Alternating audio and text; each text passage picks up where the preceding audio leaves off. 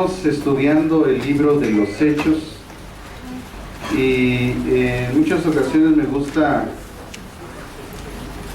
nuevamente hacer una semblanza para que no perdamos el hilo de la importancia de este libro y aspectos muy importantes del mismo.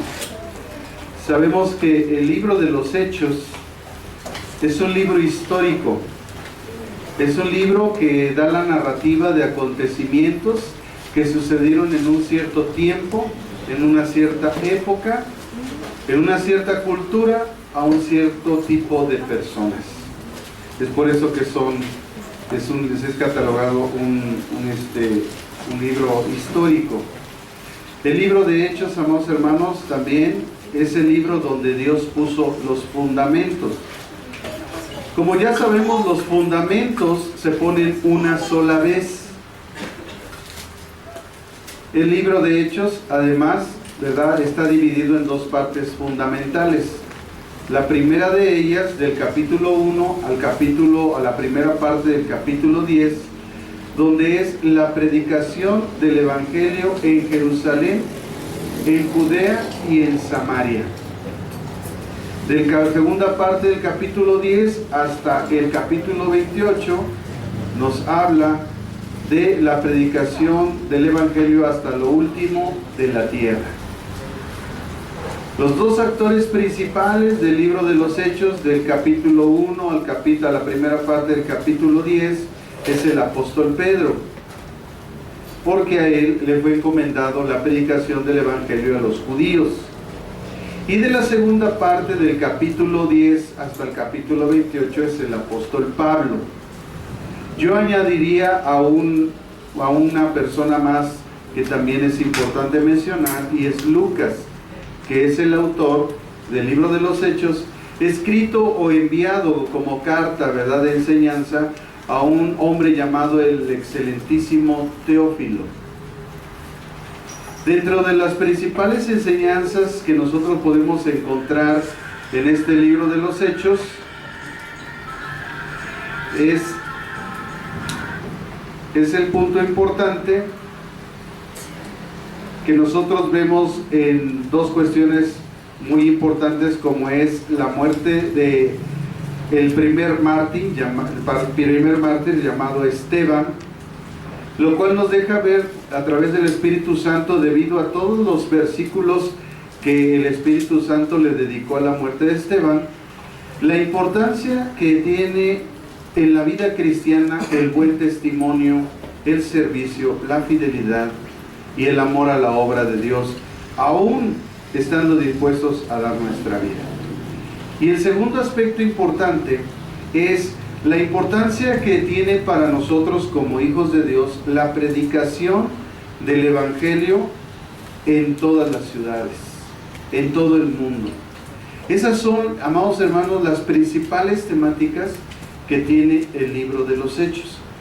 En este tiempo estamos analizando el cuarto viaje misionero de Pablo, por así llamarlo, aunque no es misionero, ¿verdad?, es el viaje de la cautividad. Pero en este momento Pablo está entrando en Jerusalén. Y dice en el libro de los Hechos, en el capítulo 21, en el versículo 17 al 26, y que hemos titulado La ratificación de Jacobo de las ordenanzas a los gentiles. La ratificación de Jacobo de las enseñanzas a los gentiles. De esta manera, entonces, también podemos ver claramente en el libro de los Hechos cómo es que Dios trabajó en toda la obra de evangelización. Y dice en el libro de los Hechos, capítulo 21, del 17 al 26, cuando llegamos a Jerusalén, los hermanos nos recibieron con gozo. Y al día siguiente Pablo entró con nosotros a ver a Jacobo, y se hallaban reunidos todos los ancianos, a los cuales, después de haberles saludado, les contó una por una las cosas que Dios había hecho entre los gentiles por su ministerio. Cuando ellos lo oyeron, glorificaban a Dios y dijeron: ya ves, hermano, ¿cuántos millares de judíos hay que han creído y todos son celosos por la ley?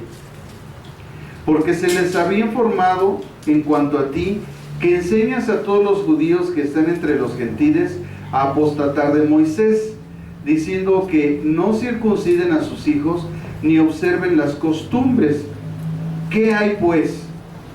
La multitud se reunirá de cierto, porque oirán que has venido. Haz pues esto que te decimos. Hay entre nosotros 4 hombres que tienen obligación de cumplir voto. Tómalos contigo, purifícate con ellos y paga sus gastos para que se rasuren la cabeza, y todos comprenderán que no hay nada de lo que se les informó acerca de ti, sino que tú también andas ordenadamente guardando la ley. Pero cuando los gentiles que han creído, nosotros les hemos escrito determinando que no guarden nada de esto, que solamente que se guarden del sacrificio a los ídolos, de sangre, de ahogado y de fornicación. Entonces Pablo tomó consigo a aquellos hombres, y al día siguiente, habiéndose purificado con ellos, entró en el templo para anunciar el cumplimiento de los días de la purificación, cuando había de presentarse la ofrenda por cada uno de ellos. Pablo, a través de su vida, nos enseña lo difícil que es la proclamación del Evangelio. Sobre todo cuando se sigue el Evangelio fielmente. Se enseña la palabra de Dios, y entre más se toma la cruz y se sigue a Cristo y a su palabra fielmente, tal pareciera que entre más fielmente sigues la voluntad de Dios, más oposición enfrentas y pruebas. Si ni Cristo, ni Pablo, ni ninguno de los discípulos de todas las épocas fueron la excepción de pasar por todo esto, ¿por qué seríamos nosotros la excepción? Hay gente que piensa que por no pasar pruebas, él o su congregación están bien, dicen. Cuando al ver todo lo que enfrentó la iglesia de Cristo y todos los discípulos, realmente vemos que es todo lo contrario. Que realmente la señal que establece que la iglesia está bien es cuando tiene pruebas y circunstancias. Recordemos que además es Dios quien bendice y da el crecimiento a las iglesias.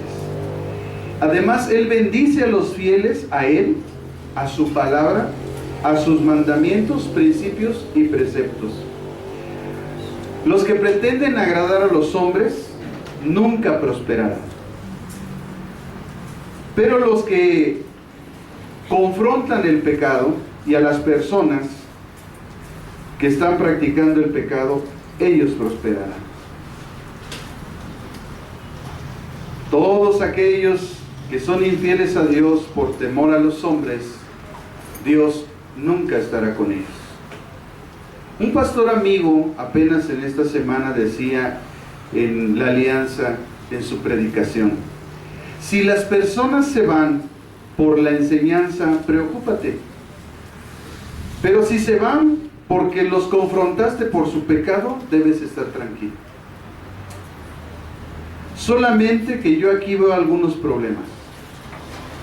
Pues mucha gente dice que sabe, pero camina de panzazo y no se compromete. Y al final descubre uno que no aprendieron absolutamente nada. Pues nada ponen en práctica.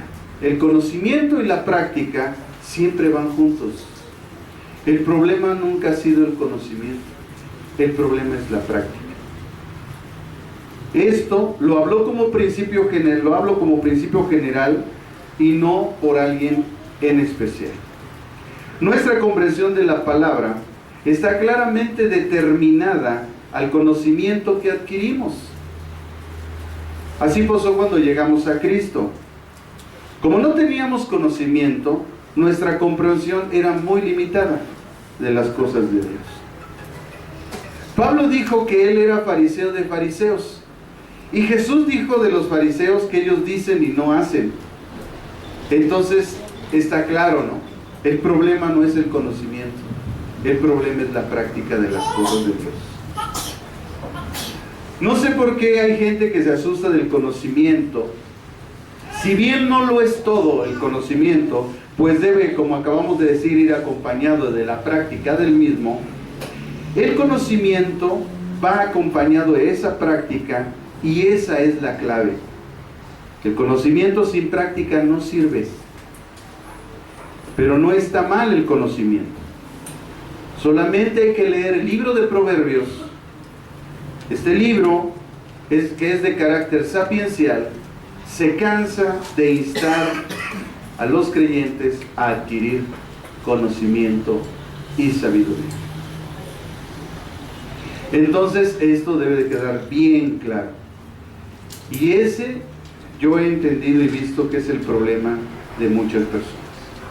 Si algo Pablo nos enseña a través de su vida, hermanos, es que él tenía muchísimo conocimiento. Él era un gran hombre de Dios. Tenía un gran conocimiento. Y a pesar de eso enfrentó muchísimas pruebas.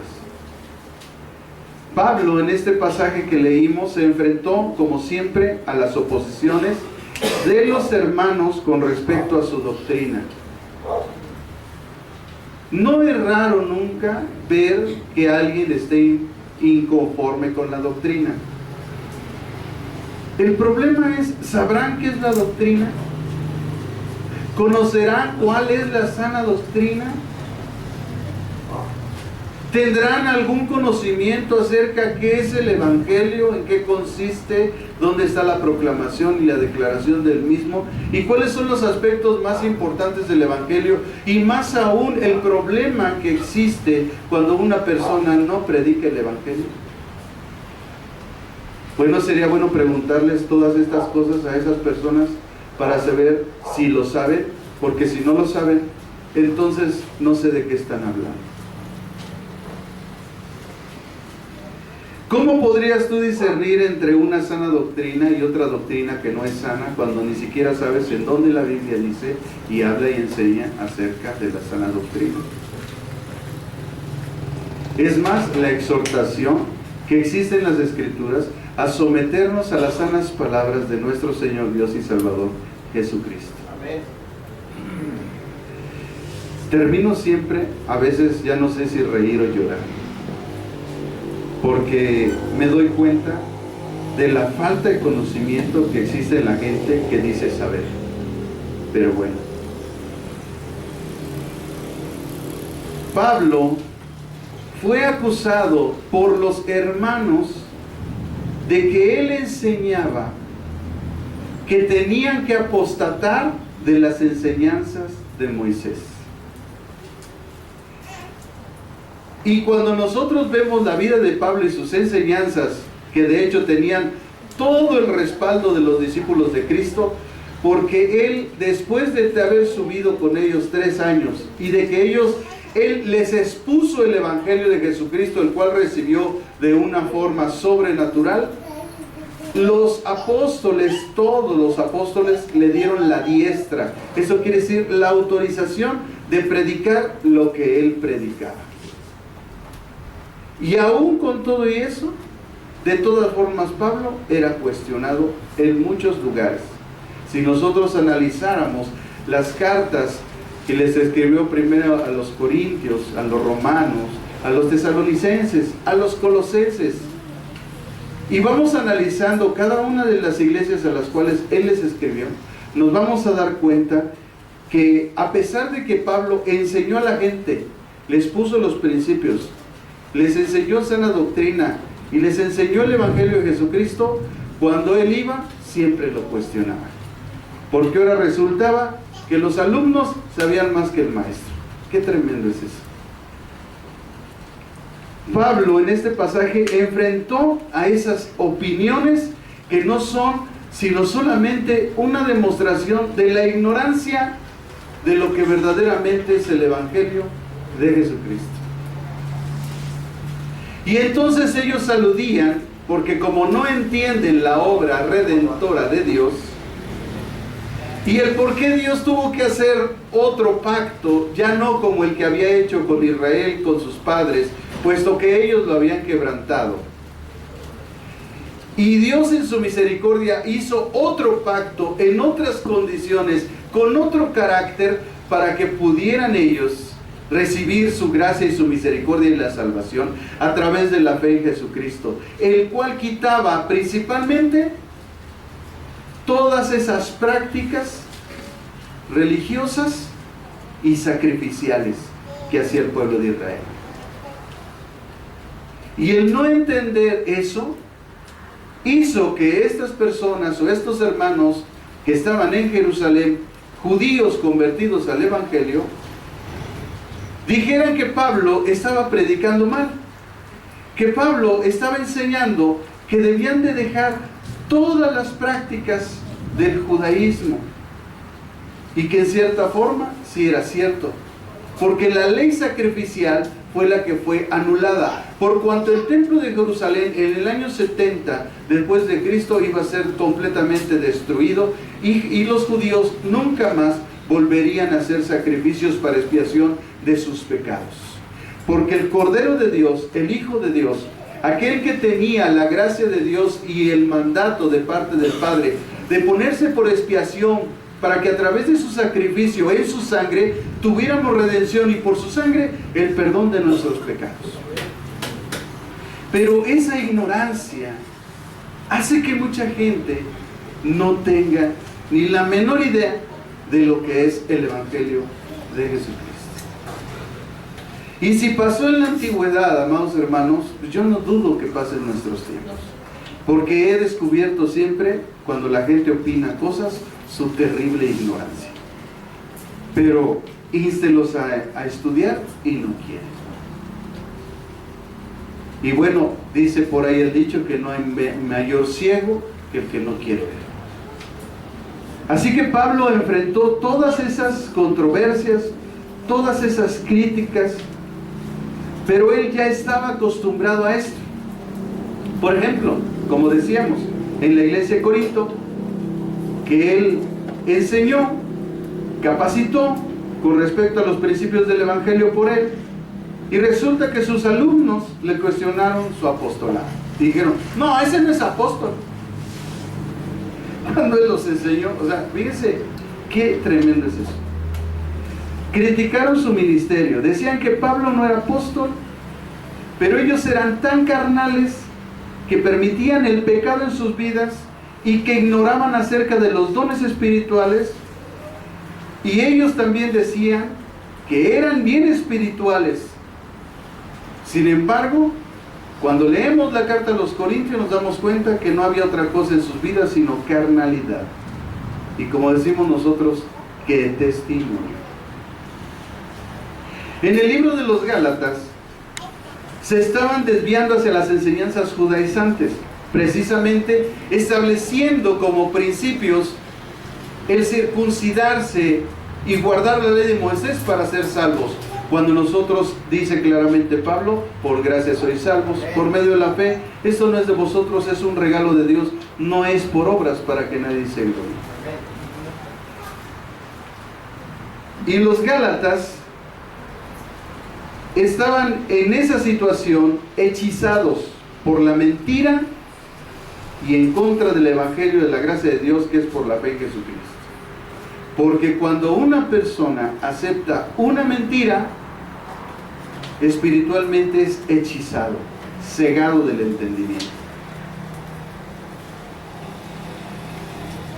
En el libro de los Colosenses, a los colosenses les dice que cuidaran de ser engañados, que no permitieran ser juzgados en su comida o en su bebida, que ellos habían muerto a los rudimentos del mundo y a sus preceptos, los cuales dice son mandamientos de hombres, sus prohibiciones que supuestamente tienen reputación de sabiduría, pero no ayudan en absoluto contra el pecado. Porque si alguna cosa nosotros podemos ver a través de este tiempo, es que todas las sectas Todas las sectas están llenas de prohibiciones. Y la Biblia no prohíbe absolutamente nada. Lo único que aconseja es que tengamos la capacidad, la madurez espiritual para discernir entre el bien y el mal, y por eso nos dice: todo te es permitido, pero no todo te conviene. Todo te es lícito, pero no todo te edifica. Todo te es permitido, pero no te debes de dejar dominar por nada. Entonces, la falta de comprensión de esos principios hacen que la gente se llene de prohibiciones y piensan que por dejar de hacer ciertas cosas somos más aceptos delante de Dios, cuando tú y yo estamos aquí por la puritita misericordia y gracia de Dios. No es por obras. Pero ese es el falso evangelio, el evangelio de las obras que venimos arrastrando de la religión tradicional. Todas las sectas, los mormones, los testigos de Jehová, todas las sectas, los adventistas del séptimo día, todos no toman café, no toman no hacen esto, no hacen aquello, no se ponen esto, no se ponen aquello, porque para ellos piensan que sus obras los hacen más aceptos delante de Dios, cuando no es por obras. Así que yo siempre concluyo diciendo: salimos de la tradición, pero la tradición no ha salido de nosotros. La religión tradicional no ha salido de nosotros.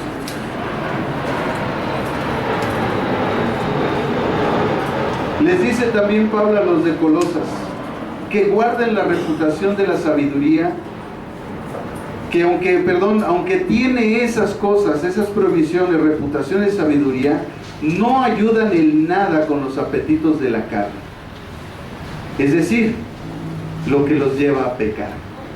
Y les dice todo esto en el capítulo 1, versículo 8, versículos 16 y 20 al 23.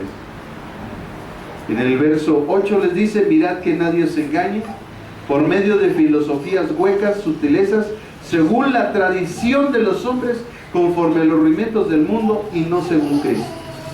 El versículo 16 dice: por tanto, nadie os juzgue en comida o en bebida, o en cuanto a días de fiesta, de luna nueva, o días de reposo, o de sabbat, o de guardar el sabbat. Nadie los critique si ustedes no guardan el sabbat. Eso le está diciendo Pablo. Todo lo cual, dice, es sombra de lo que había de venir. Es sombra de lo que ha de venir, pero el cuerpo es de Cristo. ¿El cuerpo de quién es? De Cristo. O sea, la iglesia es de Cristo. Entonces, ¿qué era la sombra de lo que había de venir? Es decir, que nuestro día de reposo, nuestro reposo es Cristo. Por eso nosotros no guardamos el día de reposo, porque nuestro reposo es Cristo.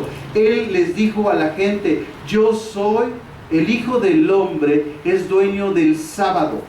En pocas palabras, yo puedo hacer lo que yo quiera el día sábado, porque aunque yo lo hice a favor de ustedes como un día de descanso, un día de comunión para su relación con Dios, yo como dueño del sábado, dijo Jesús, yo hago lo que yo quiera porque yo soy el dueño.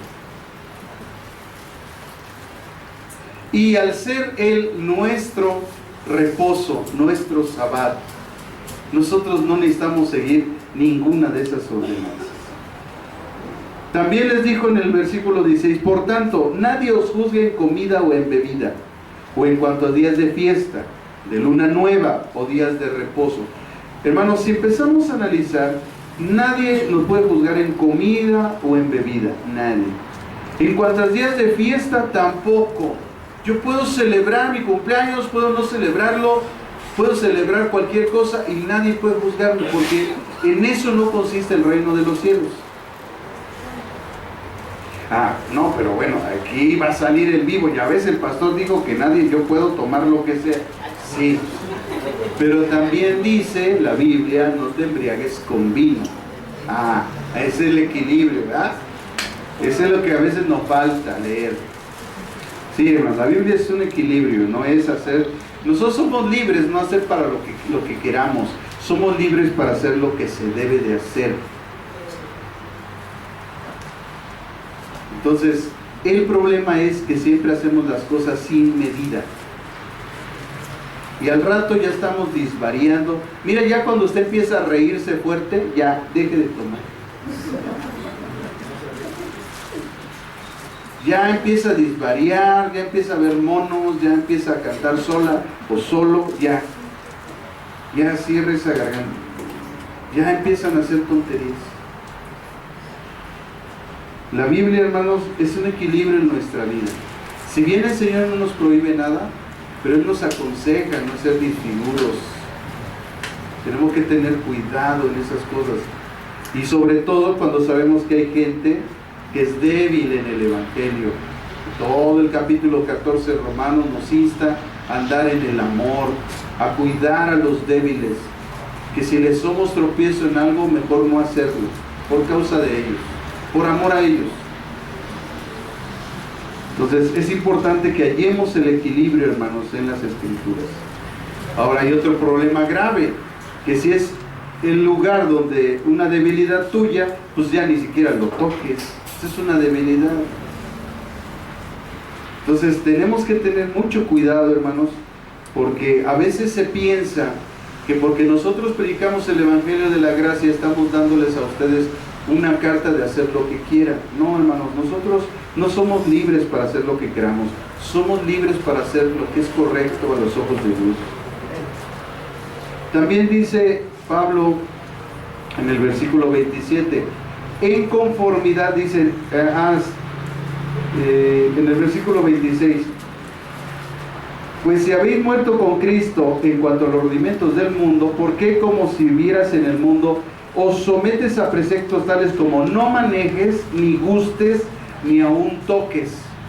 Y fíjese lo que dice acerca de esto: en conformidad a mandamientos y doctrinas de hombres. Esta no es una enseñanza de parte de Dios, porque la gente está llena de prohibiciones, pero está muy ausente de la presencia de Dios. Cosas, dice, que todas, ¿qué es todo? Todas, dice, se destruyen con el uso. Tales cosas tienen la verdad cierta reputación, sabiduría, en culto voluntario, en humildad y en duro trato del cuerpo, pero no tienen valor alguno contra los apetitos de la carne. Este verso 20 al 23 lo busqué en la Biblia del lenguaje actual y ellos traducen así: ustedes están unidos a Cristo por medio de su muerte en la cruz y ya no están sometidos a los espíritus que gobiernan este mundo. Entonces, ¿por qué se comportan como si todavía estuvieran bajo su dominio? ¿Por qué obedecen a quienes les dicen no toquen esto, no coman esto, no prueben aquello? Estas reglas no son más que enseñanzas humanas que con el tiempo van perdiendo su valor. No se puede negar que son útiles porque enseñan acerca de la conducta religiosa, la humildad y el dominio del cuerpo. Pero lo cierto es que no ayudan a combatir los malos deseos de nuestra naturaleza pecadora humana. Así que tú, si quieres, retente de todo, pero yo he encontrado mucha gente que se retiene de todo, pero no puede dejar sus pecados. Y hermanos, ¿qué es lo que nos separa de Dios? Es el pecado. Entonces, es lo que está enseñando la Escritura. Porque hasta las sectas destructivas tienen un montón de prohibiciones para sentirse más aceptos delante de Dios, porque no entienden la gracia y lo que esto implica. No entienden la obra del Espíritu Santo en los creyentes, por lo que dicen que según nosotros, al predicar esto, a la gente le damos licencia para pecar, pues no entienden tampoco el equilibrio que la Biblia enseña de llevar una vida piadosa, no por obras, sino por los méritos de Cristo, pues Él pagó por adelantado por todos nuestros pecados. Pero a pesar de todos los obstáculos, pruebas, cuestionamientos, doctrinas e injusticias, ingratitudes de su ministerio, de la gente que Él alimentó espiritualmente como ministro, pastoreó, oró por ellos, los visitó, algunos por poco tiempo, porque realmente Pablo no estaba mucho tiempo con la gente. Pablo hizo 3 viajes misioneros que nosotros ya analizamos. La primera parte fue en la primera parte de Asia Menor, recorriendo pocas ciudades de ahí. Posteriormente sube a una isla, pasa hacia la zona, a la primera parte de Europa, y en su tercer viaje misionero recorre más de 25 ciudades, de donde regresa a Jerusalén y es culminado por el Espíritu Santo a subir a Jerusalén, porque el tiempo de Pablo había llegado. Realmente él no estuvo mucho tiempo visitando a las personas. Él hablaba en general con toda la gente. Seguramente los que ministraba eran los que estaban más cerca del ministerio: Timoteo, Lucas, Aristarco y todos aquellos que estaban cerca de él. Pero él no estaba visitando a la gente. No hubiera acabado. Tan solo pónganse a pensar que cuando Pedro predicó en Jerusalén se convirtieron más de 5,000 personas. Yo le pregunto, ¿visite a 5,000 personas? Imposible. Entonces, todo el grueso de la enseñanza era de forma comunitaria. La gente no tenía Biblia y no necesitaba ser visitada. Hoy tenemos la Biblia y aparte necesitan ser visitados. Ellos no tenían la letra de la palabra de Dios, pero sí traían la letra en su mente y en su corazón. Entonces, yo encuentro que el problema básico de mucha gente no es que no sea visitado. El problema es que ellos no han puesto la palabra de Dios en su mente y en su corazón. Porque una de las principales enseñanzas o obligaciones que tenemos los pastores es a ustedes presentarles el Evangelio para su salvación y presentarles a su Dios para que ustedes vayan a Él, lo conozcan, y cualquier necesidad y cualquier situación en su vida, vayan con Él. De otra manera, estamos entonces, como la iglesia tradicional, buscando un intermediario. Entiendo que la palabra también nos enseña que mientras el heredero es niño, tiene que estar bajo un tutor, ¿verdad? Por eso me urge que usted crezca, porque no es el único hijo, ¿verdad? Lo triste es que pregúntele a alguien y dígale, ¿cuántos años tienes en el Evangelio? Te van a decir 5, 10, 15, 20, y todavía necesitan un tutor. O sea, qué trágica es esa vida, ¿no? O sea, no se ha entendido de qué se trata. Si ya tienes tantos años en el Evangelio, ya debes de entender que tú tienes un Padre. Ese Padre no soy yo, ese Padre es Dios. Y tienes que ir con Él, hablarle tus necesidades, tus circunstancias, ir con Él, decirle, Padre, ayúdame. Y entonces entablar una relación con Él para que Él te muestre su gracia, su misericordia, su mano de favor, y tú lo conozcas. No puedes depender de los hombres. Debes de depender de Dios, porque hay una maldición si dependes de los hombres. Dice, maldito el hombre que confía en el hombre. No me estoy yo haciendo a un lado de mis obligaciones, pero mi obligación terminó, hermanos, en un cierto tiempo de su vida, con usted. Porque no se puede estar cambiando pañales. Oye, hay gente que dice que es de cuna cristiana. Y a lo mejor tienen 30, 40 años y necesitan que el pastor los visite porque si no, no saben qué hacer. Pero dicen que nacieron en Cristo. Otra. Bueno, la cuna decía Jesús, pero él no lo tenía en su corazón, yo creo. Porque está necesitando que un hombre lo vaya a ver.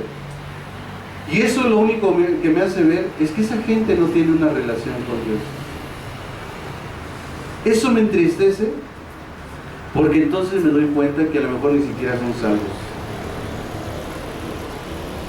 Porque el fundamento es que nosotros debemos ser conocidos por Él.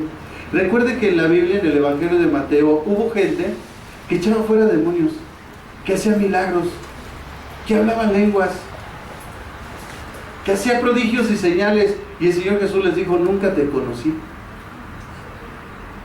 Porque nosotros nos conocemos cuando entablamos una relación. De hecho, la palabra conocer, que está en Mateo, que es una palabra griega, significa relación íntima.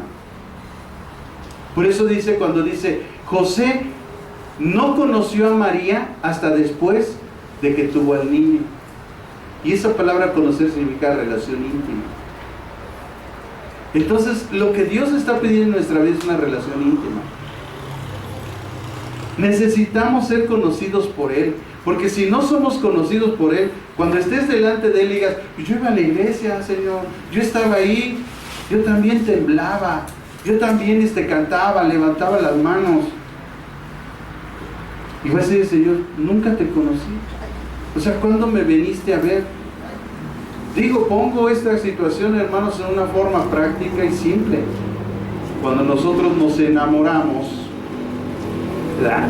En algún momento de nuestra vida nos enamoramos de alguien, queríamos tener esa relación con esa persona, es decir, estar con ella.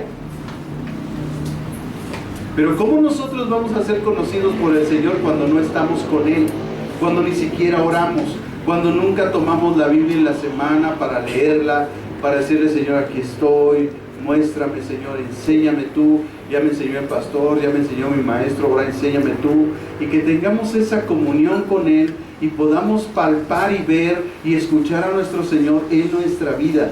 El que más anhela y desea manifestarse hacia nosotros es Él. Pero estamos tan ocupados en el celular, estamos tan ocupados viendo películas, estamos tan ocupados haciendo otras cosas, que no le podemos dar ni siquiera una sola hora para estar con el Señor. Qué triste es esa vida. De verdad, cuando estemos delante de Dios, ¿usted siente que va a poder escuchar de parte de Él: sí te conozco? Sí, tú venías a las 8 de la noche, a las 2 de la mañana, a la 1 de la mañana, a las 12 de la noche, en la mañanita a las 6, a las 8 de la mañana, tú estabas conmigo orando, te conozco. ¿Podría el Señor decir eso de ti? O simplemente dirá: creo que una vez viniste a orar, creo que una vez que necesitabas no sé qué, me viniste a pedir. Eso no es conocer. Hermanos, ¿saben cuánta gente Dios sanó?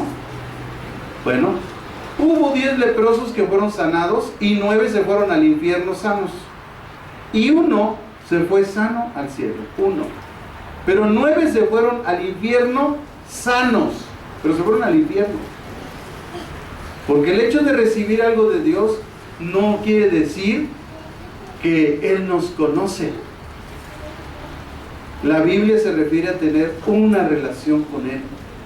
Por eso la carta de los Hebreos, hermanos, me gusta mucho, sobre todo en el capítulo 11, porque dice: es pues la fe, la certeza de lo que se espera, la convicción de lo que no se ve. Después viene unos ciertos ejemplos de que por la fe Abraham, y en el versículo 6 dice: porque sin fe es imposible agradar a Dios, porque es necesario que el que cree en Dios crea que Él existe y que Él es galardonador de los que lo buscan. Eso es lo que realmente está buscando Dios de nosotros, una relación. Pablo, amados hermanos, si algo yo he podido ver a través de la vida de Pablo, es que él tenía una relación muy íntima con Jesús. Muy íntima con Jesús. Él no hacía absolutamente nada que no proviniera de la voluntad de Dios. En algún momento de su vida quiso ir a Asia a predicar y el Espíritu Santo se lo impidió. Después lo envió el Espíritu Santo. ¿Por qué? Porque Dios tiene que preparar los tiempos y los terrenos para que nosotros hagamos las cosas. Nosotros lo queremos para antier, ¿verdad? Señor, ayúdame con esto, pero respóndeme ya, porque... No, espérate. O sea, no es así el asunto. Si hay algo que tenemos que aprender, es a ser pacientes. Así que Pablo, hermanos, llega a Jerusalén, y da un informe de todas las cosas que acontecieron, una por una. Oigan, hermanos, para que tú digas algo que aconteció, una por una. El tercer viaje misionero de Pablo es el más largo que él hizo. De hecho, si usted se pone a analizar, fácil nos tardamos casi 3 meses o poco más de 3 meses para predicar el tercer viaje misionero de Pablo, nada más. Y recordar cada circunstancia, lo cual quiere decir que Pablo estaba muy atento a todos los acontecimientos que le estaban sucediendo, porque ellos daban testimonio del trabajo que él hacía. No como nosotros hoy tenemos cuadernos, plumas y podemos ir anotando, ¿verdad?, todo lo que va sucediendo. Él no, imagínense los pergaminos que él hubiera escrito. Simplemente los guardaba en su mente y en su corazón. Y dice la Escritura en el verso 17 que vino y le dijo a todos los ancianos, es decir, está hablando de líderes de la iglesia. Cuando usted lea en el Nuevo Testamento ancianos, se refiere a los líderes de la iglesia, seguramente pastores, los cuales, dice, después de haberles saludado, les contó una por una de las cosas que Dios había hecho entre los gentiles por su ministerio. Y Pablo no se estaba exaltando, y Pablo no estaba diciendo para que vean lo que está haciendo mi iglesia, para que vean, a ver tú qué estás haciendo. No estaba Pablo en ese sentido. Es una responsabilidad dar cuentas de lo que hacemos. No he tenido oportunidad en este año de reunirme con mi pastor, pero yo tengo que rendirle cuentas. Pastor, ha pasado esto y esto. Yo soy un hombre sujeto a autoridad. Y cada uno de nosotros debemos ser hombres y mujeres sujetos a autoridad. Un domingo les enseñé las 4 partes donde está puesta la autoridad. En el gobierno, en los municipios, los líderes, en el trabajo, en la casa y en la iglesia.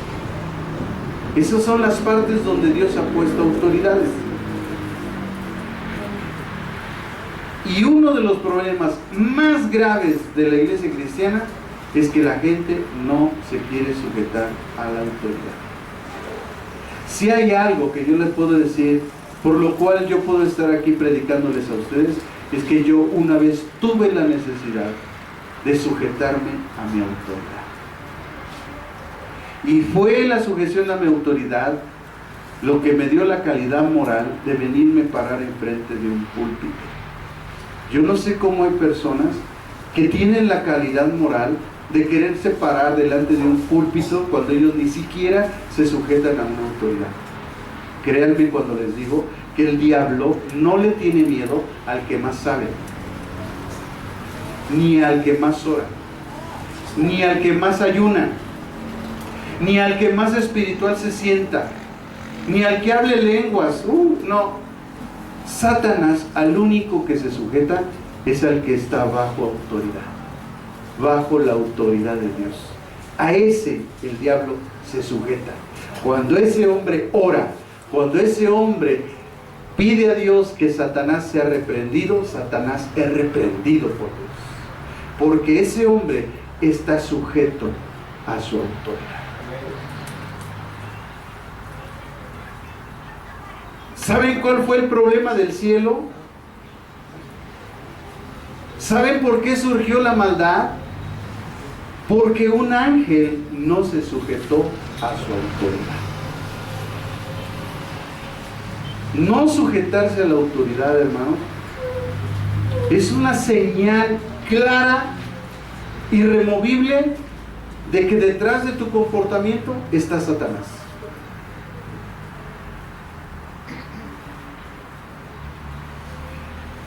La iglesia no tiene discernimiento. Podrán tener 10 años, 20 años del Evangelio, podrán decir que han escuchado a los mejores predicadores, pero el problema no es lo que han escuchado, el problema es que ellos no han puesto en práctica absolutamente nada de lo que Dios les ha querido enseñar. Ese es el problema. Y yo te aseguro que cuando tú empieces a sujetarte a tu autoridad, Dios un día te pone en eminencia a ti, no por tus capacidades, ni por tu conocimiento, ni por tu espiritualidad, sino por tu fidelidad. Si no te puedes sujetar a un hombre que ves, ¿cómo dices que te sujetas a Dios que no lo ves? ¿Sí han leído ese versículo? Entonces, encontramos, hermanos, muchas deficiencias en las prácticas de los principios de la palabra de Dios en nuestras vidas. A Pablo le dieron una orden que podría salir de la comprensión, y Pablo se pudo haber negado y dicho a Jacobo, porque Jacobo era el que estaba hablando. Jacobo era el principal de los apóstoles. Jacobo, el hermano de Jesús, era el que presidía a todos los apóstoles. Eran los tres peldaños: Jacobo, Juan y Pedro. Pero de los de Pedro y Juan, Jacobo estaba por encima de ellos, el hermano de Jesús. Y Jacobo le da una orden a Pablo y le dice: ¿sabes qué? Muchos andan hablando de ti, Pablo. Están diciendo que tú estás enseñando falsas doctrinas, que estás llevando a la gente a no judaizar, a no hacer caso de las enseñanzas de Moisés. Porque tal pareciera, hermanos, que cuando la gente empieza a hablar de alguien, pues sobre todo siempre le echan de su cosecha, ¿no? Pablo no estaba en contra de la ley de Moisés. Y ese es el problema que tiene mucha gente por no estudiar, porque había 3 leyes dentro de los preceptos de Moisés, y uno de ellos era la ley ceremonial, la cual fue abrogada por el sacrificio de Cristo en la cruz del Calvario.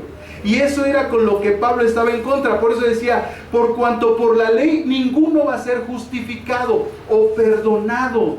¿Por qué? Porque faltaba que tú solamente transgredieras un solo mandamiento y se te hacía acreedor de todos los mandamientos como si no los hubieras cumplido. ¿Cómo yo lo comparo? Como si te pasaras el alto, te agarrara la patrulla y te dijera: oye, robaste, mataste, violaste, secuestraste. Oiga, pero si nada me pasé el alto. Bueno, así era la ley. Si tú transgredías un solo mandamiento, te eras acreedor a la transgresión de todos los mandamientos. Entonces lo que hizo Cristo en la cruz fue algo glorioso, porque nos quitó esa ley. Y ante esa, a la ley de la justificación, ¿verdad?, por las obras, fue a la que Pablo se opuso. Y les dijo: por gracia sois salvos por medio de la fe. Esto no es vosotros, es un regalo de Dios, no por obras, porque eran las obras de la ley contra la justicia por la gracia de Dios en la fe en Jesucristo. Y a través de eso, Pablo, a pesar de eso, la gente le echaba de su cosecha. Y no, es que Pablo está en contra de toda la ley.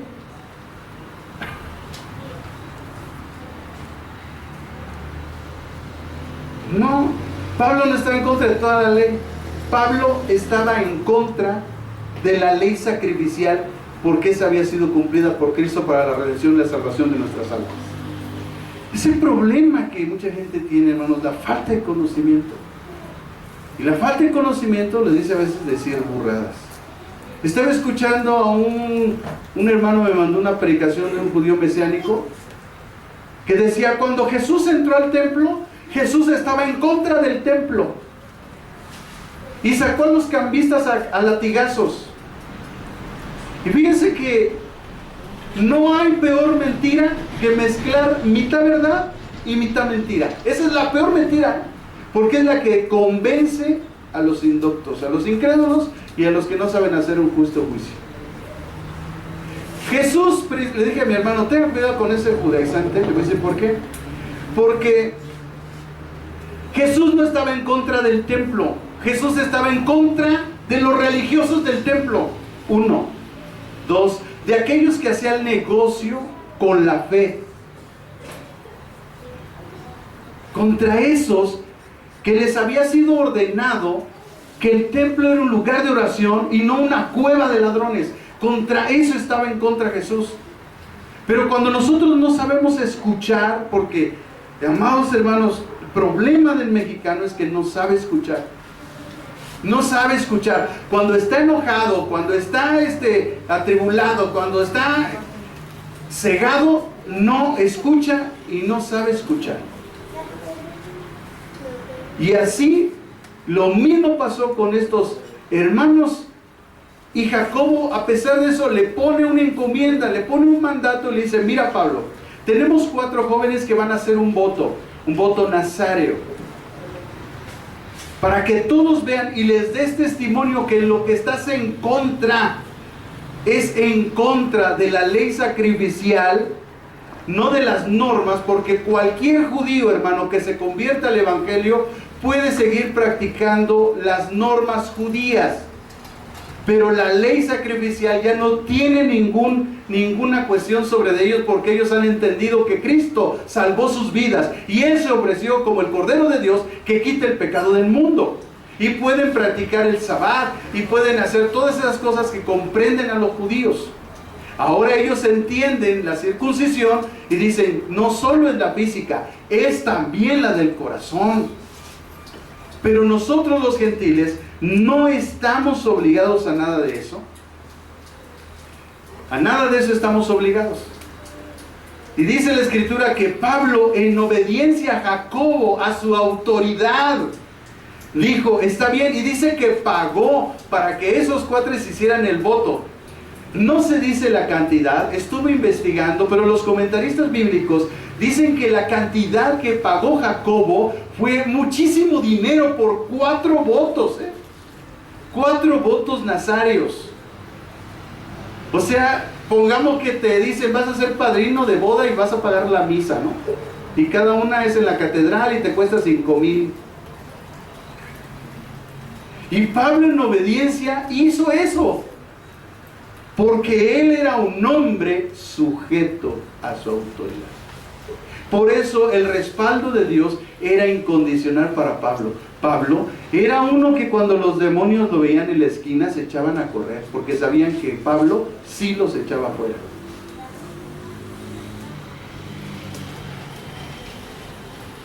Pablo se sujetó a esas cuestiones.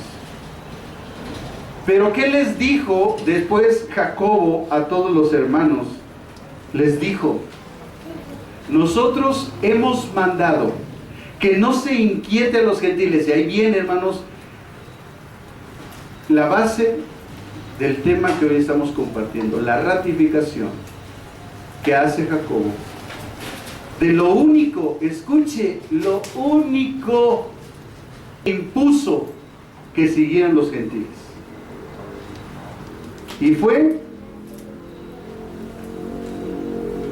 que se abstuvieran de fornicación, de sangre, de animal ahogado,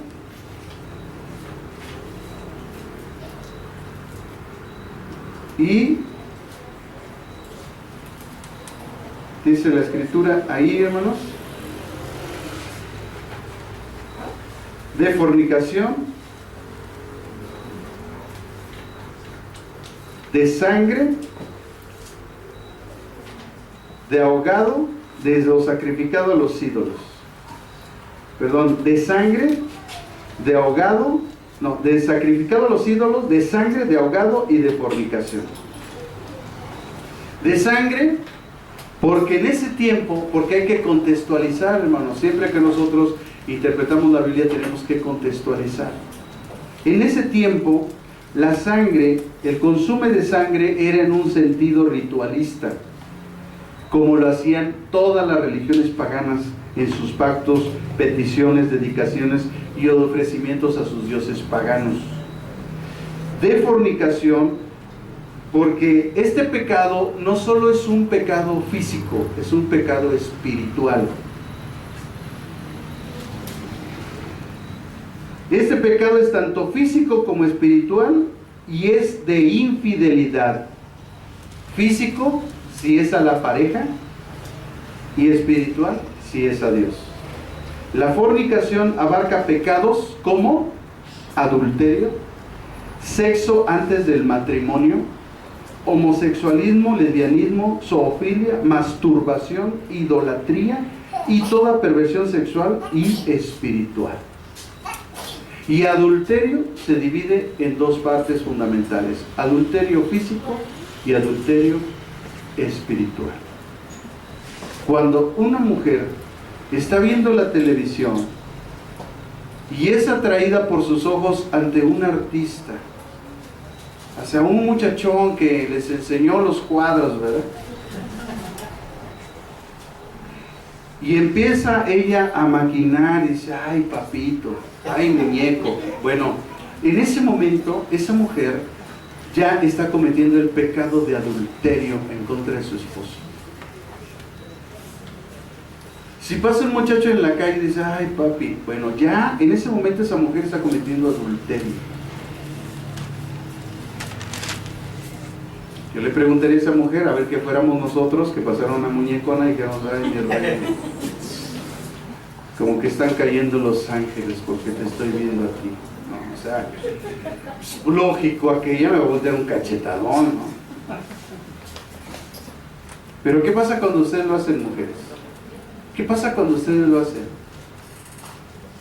Bueno, el manazo de nosotros es más fuerte, ¿no? Ese es adulterio. Cuando nosotros estamos ya viendo una persona con otra intención y estamos nosotros ya haciendo novelas en nuestra cabeza, ya sea de la televisión, a mí se me hace ridículo, ¿no?, que de la televisión hagan novelas, pero bueno, sí hay gente así. En el Face. Oye, se enamoró en el Face. Dicen: oye, con tantos filtros, cuando se te presente aquel, ¿no? Acá. Sí, porque pues allá se ponen flaquitos, se ponen, ¿verdad? Pero ya lo ves en la realidad y yo quiero ver. Entonces, eso a mí se me hace muy ridículo, hermano, que la gente se esté enamorando en Face. Hermano, eso es ridículo. Si cuando los conoces y van a tu casa, ¿cómo terminamos los matrimonios? ¿Sí o no? Mira, los caras, les damos una foto. Imagínese cuando ni siquiera los conoces, ni sabes, ni conoces su carácter, su actitud, ni conoces nada de ellos, pero dices que te enamoras en el Face. No, qué tontería. O sea, en ese tiempo a mí se me hace la tontería más grande que una persona pueda hacer. En alguna ocasión me dijo una hermana: pastor, fíjese que ya me escribió un soldado norteamericano. Y yo, pues digo, no menosprecio a una de las mujeres, no, ni a nadie, pero volteé a ver que... pues no sé qué foto le presentaste, pero cuando te vi en la realidad, pues quién sabe cómo reacciona el individuo. Pero pues no le bajé sus nubes, no le dije: está bien, hermana, pero a mí no me gusta eso, no creo que sea correcto, porque ni conocemos a la gente y corremos muchos peligros con ese tipo de cuestiones. Pero ¿usted cree que no nos ha pasado con las mujeres? No, también pasó con un varón que dijo que no, que se contactó con una mujer que venía de Afganistán y que... o sea, que le pidió una cierta cantidad de dinero para que ella pudiera venir. Ay, Dios mío, deposítame, ¿no? Pero así, o sea, el pecado nos ciega y empezamos a hacer barbaridades, Hermanos, tristemente he conocido gente cristiana, aún pastores, que han caído en esa trampa demoníaca. Y he conocido matrimonios pastorales que se han deshecho por esa causa. Y eso es bien triste. Bien triste. Porque no hay discernimiento en la iglesia. Hermanos, no hay discernimiento en la iglesia. ¿Y sabes por qué no hay discernimiento en la iglesia? Porque no hay una relación verdadera con Dios. Porque no oramos, porque no leemos las Escrituras. No tenemos comunión con Dios y cómo Él nos va a advertir de los peligros que están allá afuera. Así que esta es la parte de la fornicación. También dice de sangre, ya lo vimos, de sangre, de ahogado, que es comer carne del animal sacrificado y estrangulado en un sentido ritualista y ofrecido a los ídolos. En la antigüedad así se usaba eso. Entonces, estas 4 cosas fueron los únicos mandatos, si usted aquí sí lo quiere ver, para nosotros los gentiles. Porque tú, aunque te pongas una gorrita aquí y te pongas un trapo acá, vas a ser el mismo tlaxcalteca, chimalpopoca, huitzilopochtli. Hermanos, somos mexicanos. Pero la gente se fantasea, y por no entender las escrituras y por no estudiarlas de una forma sistemática, terminan haciendo barbaridades en sus vidas. Y al rato ya se sienten judíos, ya caminan despacito, ya según ellos hablan hebreo, saben un montón de hebreo y no sé qué, cuando, hermanos, Jesucristo le enseñó a Pablo, cuando le revela el Evangelio, en el libro de Gálatas dice que no es judío el que lo es exteriormente, sino que es judío el que lo es interiormente. Entonces, mucha gente está en esa confusión. Pablo, amados hermanos, entonces llega a Jerusalén, da en síntesis una explicación de todo lo que ocurrió en su ministerio, recibe la crítica de la gente que estaba hablando acerca de Pablo de una forma completamente disvariada por su ignorancia, por no entender los principios del Evangelio de Jesucristo. Jacobo, para proteger a Pablo, le manda que Pablo haga una acción de una forma de voto que no era un ritual, sino era una forma donde se establecía una relación más íntima con Dios a través de una promesa que era el nazareato. Paga para que estos hombres pudieran hacer su voto, además el de él, o sea, 5 votos pagó Pablo en obediencia a su autoridad. Jacobo comunica a toda la congregación que no se inquiete, porque ellos eran judíos, ellos lo pueden hacer, pero los gentiles no. Los gentiles no estamos obligados absolutamente a hacer absolutamente nada de lo que los judíos hacen, en esos sentidos de su cultura, de todas esas cosas. Nosotros no. Y les dice, los gentiles solamente se les ha mandado a través del concilio de Jerusalén, que ya lo estudiamos en el capítulo 15 del libro de los Hechos. Ahí está el primer concilio de Jerusalén, y ahí se establecieron las formas y las normas que los gentiles solamente debemos de seguir en cuanto a las tradiciones o cultura judía. Y básicamente, si usted ve lo que está mandado a hacer, está enfocado, amados hermanos, al primer mandamiento de Dios. Amarás al Señor tu Dios con todo tu corazón, con toda tu alma, con todas tus fuerzas, con toda tu mente y con todas tus fuerzas. Porque la fornicación, la idolatría, los sacrificios y las cuestiones que se hacían de forma ritualista, todas esas atentaban directamente contra la santidad de Dios, contra nuestra relación con Dios. Por tanto, los gentiles, nosotros que hemos venido al conocimiento de la palabra de Dios, al conocimiento del Dios vivo y verdadero, el Dios de Abraham, Isaac y de Jacob, solamente estamos obligados a amar a Dios con todo nuestro corazón, con toda nuestra alma y con todas nuestras fuerzas. Claro, en la Biblia hay mandamientos, hay preceptos, por supuesto, pero esas cosas deben nacer naturalmente de nosotros, porque somos gente redimida, gente que hemos nacido de nuevo. Y sin darnos cuenta estamos practicando todas esas cosas en obediencia, porque el Espíritu Santo está en nosotros. No nos levantamos en la mañana, Señor, no matarás, no robarás. No, ¿usted se para así en las mañanas? No, ¿verdad? Usted se para, ¿verdad? Bueno, lagañoso y todo, como nos paramos.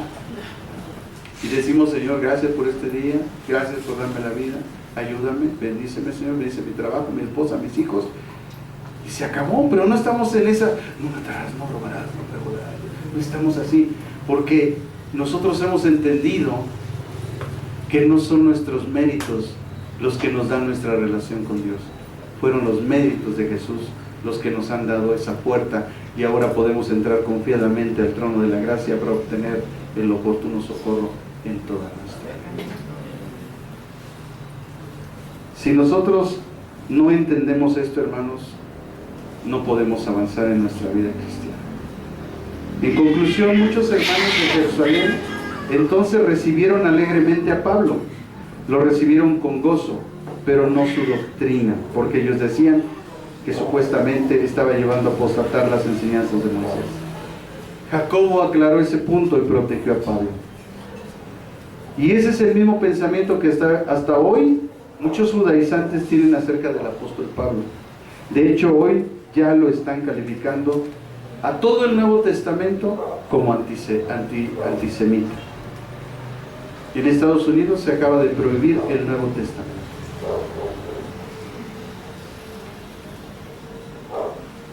Sin embargo, al narrar lo acontecido en su viaje misionero y la predicación del Evangelio a los gentiles, Pablo atribuye todo su éxito, porque cuando él comunica todo lo que pasó e hizo en su ministerio, Pablo da gloria a Dios. Y tan fue así que dice que todos glorificaban a Dios. Dios le había honrado más que a ninguno de los apóstoles, aunque los apóstoles de Jesucristo no envidiaban a Pablo, porque no hay ninguna razón de envidiarnos los pastores ni las iglesias. No hay ninguna razón. A veces no entendemos que Dios a unos les dio un talento, a otros les dio 3 y a otros les dio 5. Y la responsabilidad de cada uno de nosotros es hacer que ese talento sea para la gloria de Dios.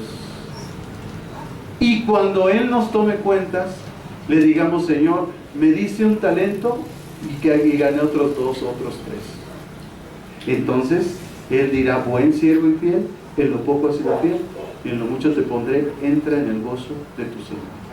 Porque también la Biblia dice que al que más se le da, más se le demanda. ¿Se dan cuenta, hermanos? No hay ninguna razón del celo ministerial y de que porque tú tienes más gente que yo y porque tú sí tienes edificio y yo no tengo. No hay ninguna razón, porque en Cristo eso no tiene ningún propósito. Dios nos va a pedir cuentas de acuerdo a lo que Él nos entregó. Si te entregó 5 personas en tu iglesia, gloria a Dios, qué bueno, muchos problemas te evitas. Es más fácil controlar a 5 que a 50. Y es más fácil controlar a 50 que a 500. Entonces, Dios a cada uno de los pastores nos va a pedir de acuerdo a lo que nos entregó. Deberíamos estar felices con lo que tenemos. Y con esto termino, hermanos. Cuando yo empezaba el ministerio, siempre le decía al Señor: Señor, ¿por qué la gente no viene? ¿Por qué no me das ya de una vez a toda la gente del pueblo? Yo sé que tú lo puedes hacer. Y luego iba a iglesias, a congresos, a cursos, y veía unas iglesias muy grandes, sus construcciones. Y decía: ay, Señor, yo puedo aprender algo así. Y un día en oración, que estaba yo así, Señor, anhelando lo que otros tenían, me dijo el Señor: yo he preparado algo especial para ti. Tú no necesitas nada de lo que los otros tienen, porque yo tengo cosas especiales para ti. Y el día que tú abraces lo que yo tengo para ti, ese día lo vas a ir recibiendo poco a poco. Entonces abracé lo que Dios tenía para mí y dejé de ver lo que otros hacían, porque sin darme cuenta estaba yo en pecado delante de Dios. ¿Cuál es ese pecado? La codicia, porque yo quería lo que otros tenían. Los pastores nunca debemos de tener ese sentimiento. Al contrario, debemos decir: Señor, gracias por las 10 ovejitas que me diste. Amados hermanos, en China los pastores tienen un promedio de 3 personas en su iglesia. Los únicos que estamos batallando aquí somos nosotros, porque nos llenamos de codicia, porque no aceptamos lo que hasta hoy Dios nos ha dado. Pero si esto lo pasamos a la casa, a cada uno de los hogares de ustedes, nos encontramos con lo mismo. Y yo te doy el mismo consejo: no anheles lo que otros tienen, anhela lo que Dios tiene preparado para ti. Descúbrelo, tómalo y hazlo tuyo todos los días de tu vida, porque ese es tu propósito. Cierre sus ojos ahí en su lugar, incline su rostro y démosle gracias a Dios. Padre, te damos gracias en el nombre de Jesús en esta noche, Señor, por tu palabra que es verdad. Gracias, Señor, porque nos has dirigido, Señor, hacia que nosotros no permitamos en nuestra vida nada, Señor, que nos separe de tu comunión, de tu presencia. Señor, te damos gracias en este tiempo por todas las enseñanzas que podemos descubrir a través, Señor, de la vida de tu gran siervo, el apóstol Pablo, que en su tiempo, Señor, dio gloria a tu nombre a través de los propósitos que tú pusiste en su vida, y que hoy tenemos el honor y el privilegio de tener su testimonio, el evangelio que él nos dejó para poder vivir de una forma correcta delante de tu presencia. Señor, hacer tu voluntad, cumplir tus mandamientos y llevar a cabo la obra de tus manos, Señor, y glorificar tu nombre. Ese es el único deseo de nuestro corazón. No permitas nunca la codicia en nuestras vidas. No permitas que anhelemos lo que otros tienen, porque tú tienes algo especial para todos y cada uno de nosotros, para cada familia de esta iglesia y de toda la iglesia que está extendida sobre la tierra. Señor, glorifica tu nombre en este municipio. Bendice, Señor, a tu iglesia Miernes Tlalpan, y bendice a todas las congregaciones, pastores que están cerca de nosotros. Señor, bendice a las congregaciones del centro de Tlalpan, bendice a todas las congregaciones que están en Santa Inés, bendice a todas las congregaciones de Tonanitla, bendice a todas las congregaciones, Señor, que se encuentran en Tecámac y en el Ojo de Agua. Bendice a todos los pastores, que tu gracia y misericordia sea con todos aquellos que amamos a nuestro Señor Jesucristo con amor inalterable. Que ese amor inalterable, Señor, se manifieste siempre en la oración por otros, siempre buscando la unidad y siempre buscando, Señor, el favor tuyo a través de tu amor, tu gracia y tu misericordia. Padre, que tu nombre sea glorificado. Ese es el único deseo de esta congregación. Amén.